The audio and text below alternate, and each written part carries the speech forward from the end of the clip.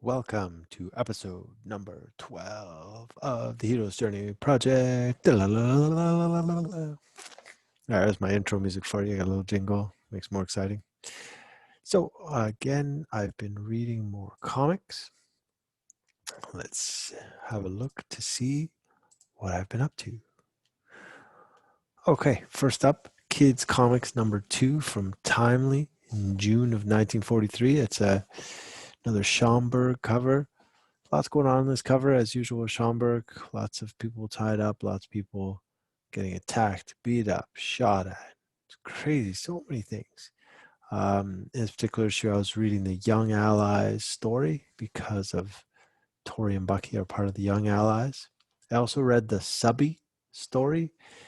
Now, this was the second and last comic appearance of Subby.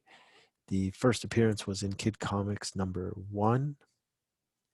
I don't know if this was a prototype character. It was supposed to be some sort of sidekick to Submariner, and he's named Subby. He comes from the ocean, but really not given a lot of backstory in his first appearance. And then not much to go on in the second appearance. He just sort of beat up some bad guys.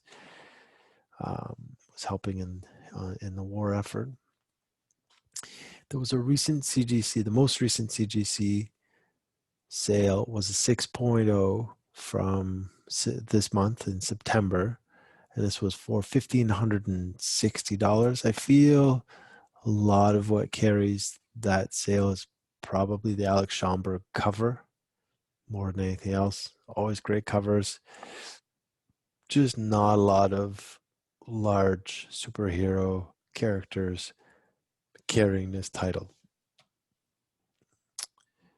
Next up, we have Leading Comics number 7, DC, June 1943. So this is these in Leading Comics. It's one long story broken down into chapters, and the story features the 7 soldiers of victory, who are Crimson Avenger, Shining Knight, Vigilante, Green Arrow, Speedy, Star Spangled Kid, and Stripesy.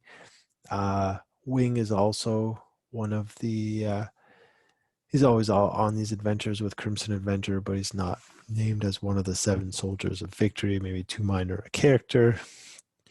Sidekick doesn't carry enough weight, I guess, but Wing is part of these issues as well, if anyone really cares about these guys. So anyway, it's about 7 stories because there's one for as 5 stories, 5, 6, 7 stories, one for each. 5 stories.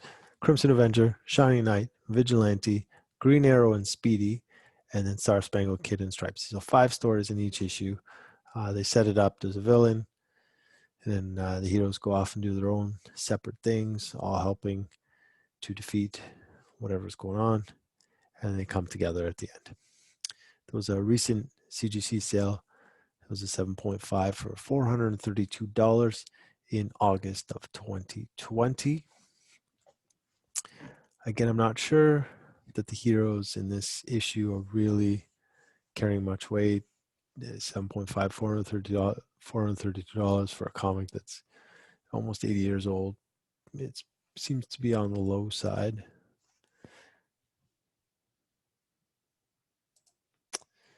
Now we have Sensation Comics 18, also DC from June 1943.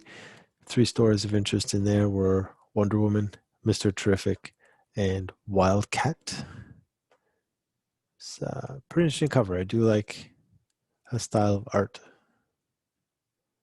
I like it. So the most recent CGC sale that I could find was a 7.5 and went for $812 in August of 2019. So I'm just going to go back for a sec just to show you. So 7.5 this year, it's a month ago in August, sold for $432, Leading Comics 7. And then here you have a year prior, this issue sold for $812. Just goes to show that clearly Wonder Woman has a lot more pull for this era of comic book than the characters from Leading Comics.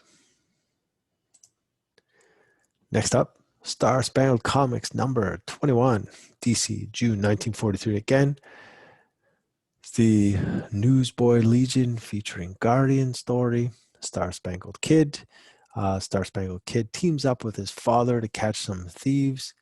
His identity is not revealed to his father. In the Liberty Bell story, the Liberty Bell is stolen and returned. I'm missing the word bell in the text.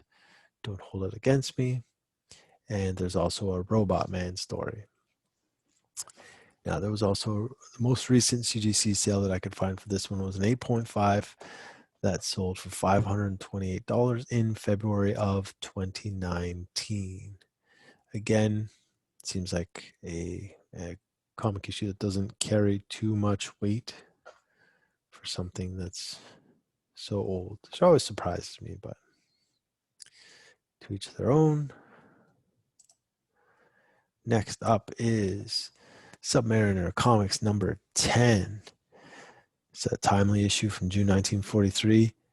Another beautiful Alex Schomburg cover. I'm a big fan of his work. I love just the detail and how much action is always on these covers. There's always so much going on. So in the comic, you have two Submariner stories. In one of the stories, Namor gets a tattoo of a swordfish. I can only assume it was only in this story. We'll have to assume he probably got it removed shortly after. And there's also an angel story.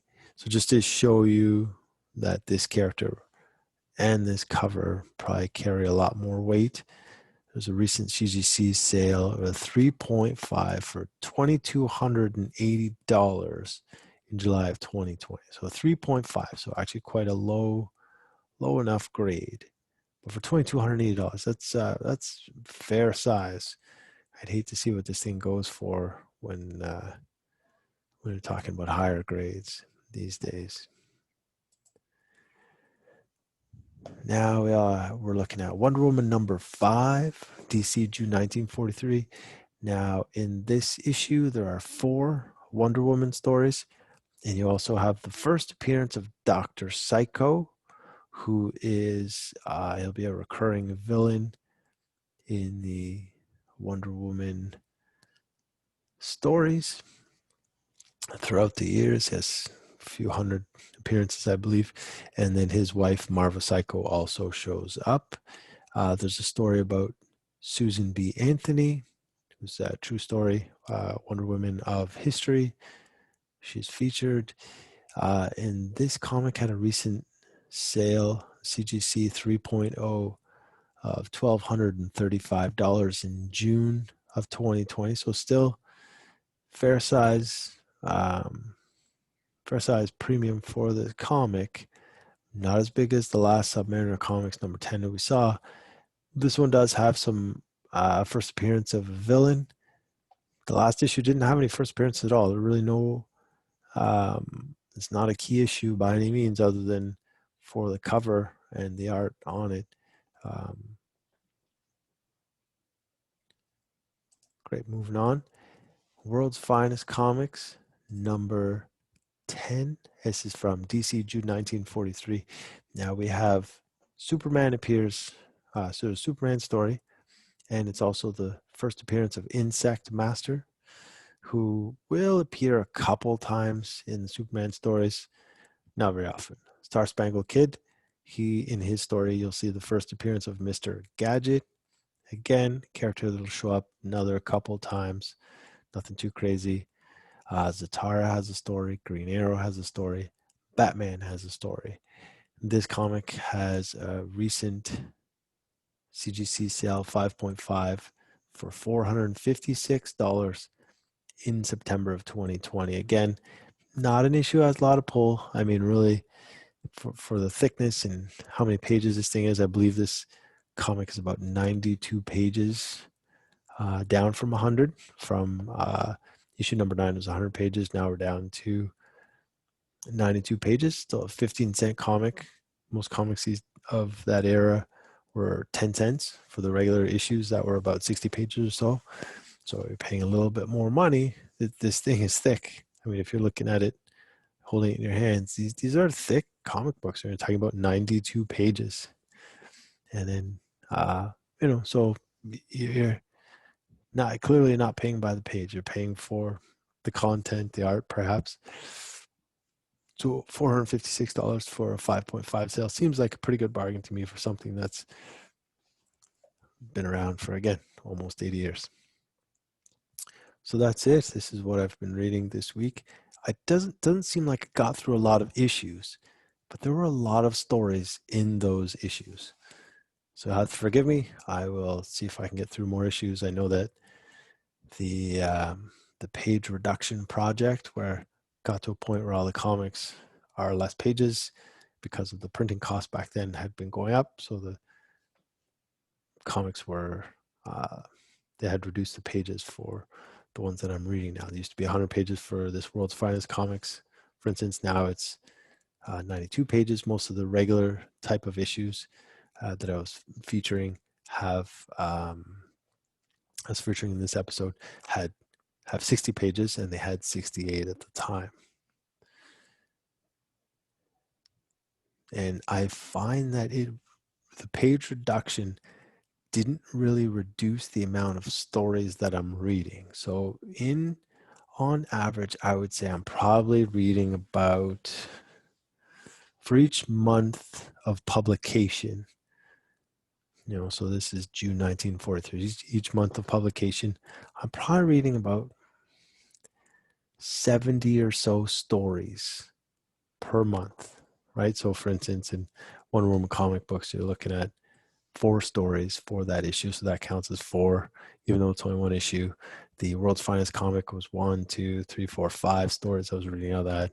So 2 stories. So it adds up fairly quickly, and it makes it difficult to get through. So until the next page reduction, which I believe happens for the most part towards the mid to end of 1944, maybe at that point we'll see less stories, less issues, make it easier for me to get through the issues.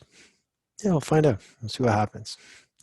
All right, so with that, so the last comic I read was World's Finest Comics, number 10.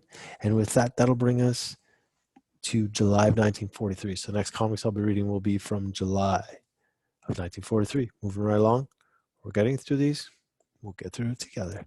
Stay tuned. Next time, I'll talk about something fun and exciting again. Take care. Thanks for tuning in.